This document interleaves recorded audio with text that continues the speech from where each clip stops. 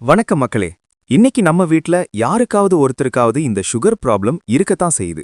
ரத்தத்துல சர்க்கரை அளவு எகிரிடுமோன்னு பயந்து நிறைய பேர் புடிச்ச சாப்பாட்ட கூட சாப்பிடுறதில்ல. ஆனா கவலைய விடுங்க, நம்ம சமையல் கட்டுல இருக்கிற ஒரு சில காய்கறிகளே உங்க இன்சுலினை தூண்டி சுகரை கண்ட்ரோல்ல வைக்கும்னு சொன்னா நம்புவீங்களா?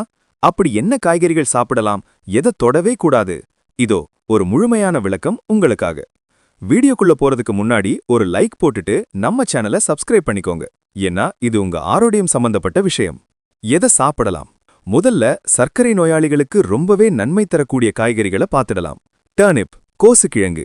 இது ஒரு சூப்பர் வேர் காய்கறி. இதுல நார் சத்து அதிகமா இருக்கு, ஆனா கலோரிகள் ரொம்ப கம்மி. இத சாப்பிட்டா வயிறு நிறைந்த உணர்வு கிடைக்கும், ஆனா ரத்தத்துல சர்க்கரை ஏறாது. சர்க்கரை வள்ளிக்கிழங்கு.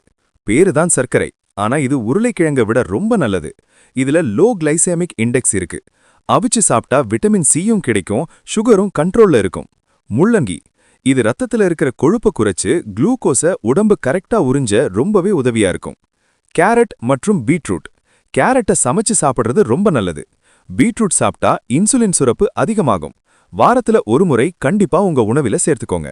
எதை தவிர்க்கணும்? இப்போ ரொம்ப முக்கியமான பகுதி. காய்கறின்னு எல்லாத்தையும் அதிகமா சாப்பிடக்கூடாது. சில காய்கறிகள்ல ஸ்டார்ச் அதிகமா இருக்கும். உருளைக்கிழங்கு. சுகர் இருக்கிறவங்க மெயினா தவிர்க்க வேண்டியது இதுதான். சிப்ஸ் அல்லது ப்ராசஸ் செய்யப்பட்ட உருளைக்கிழங்கு சாப்பிட்டா சுகர் மிக வேகமா ஏறிடும். பச்சை பட்டாணி. இதுல கார்போஹைட்ரேட் அதிகம். ரத்தத்துல சர்க்கரை அளவு அதிகமா இருக்கிறவங்க இதை குறைச்சிக்கிறது நல்லது.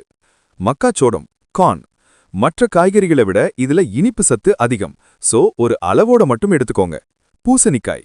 இதுல இயற்கையாவே சர்க்கரை சத்து அதிகமா இருக்கிறதுனால ரத்த சர்க்கரை அளவுல மாற்றத்தை ஏற்படுத்தும். முடிஞ்சவரை இதை குறைச்சுக்கோங்க. சரியான காய்கறிகளை தேர்ந்தெடுத்து சாப்பிட்டாலே ஆரோக்கியமான வாழ்வை நம்மால வாழ முடியும்.